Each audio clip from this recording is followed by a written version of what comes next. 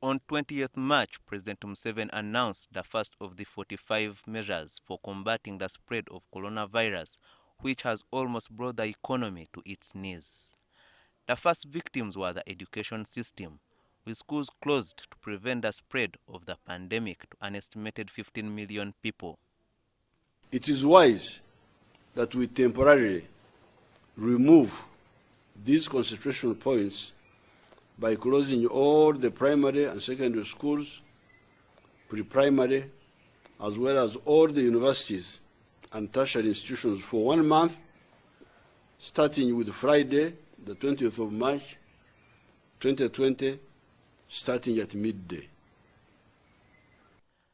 Now, with almost 2 months into the lockdown, teachers, especially those in the private sector, have been crying out for help. Some haven't even seen their payment in months and are struggling to make ends meet. This thing of lockdown started from schools. We went back to our homes in March. Actually, late March. Now, remember, teachers are paid at the end of the month. So, for example, private teachers, that is if I can talk about the private teachers. Private teachers last got money in February. That was end of February. So that means they did not get money in March, they didn't get April, and now we are in May. Of course, they don't have any hope. So that means they are 3 months down the road. They have not got any salary.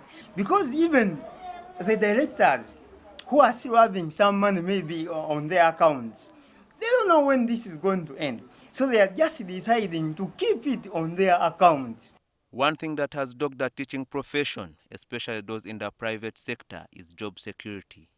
As weeks go, very few of those working there are sure of whether they will return to their jobs. These teachers actually have been having problems before even COVID came.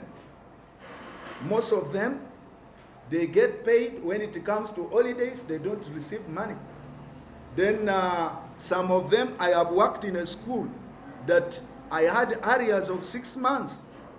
So the problem of private sectors, it is the government, the Ministry of Education, to put up a sector to look at the welfare of the teachers who are in the private sector from being abused.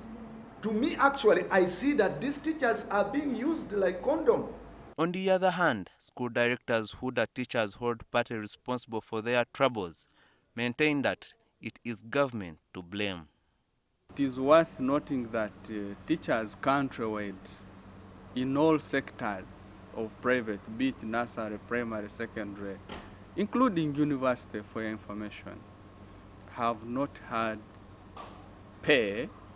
Not that directors don't want to pay, but of course schools closed, and schools closed when parents had not paid fees. So you cannot give what you do not have. Teachers cannot receive what is due for them when schools have not yet collected any money. Meaning that by and large government should not plan only for government entities, but should be able to plan for those that are in the private sector because they are serving the same government. The plight of private teachers across the board in both government and private schools have long been a concern, and on some occasions they've had to lay down their tools to obtain the attention of the concerned parties. Collins Mhwez, Weekend Edition.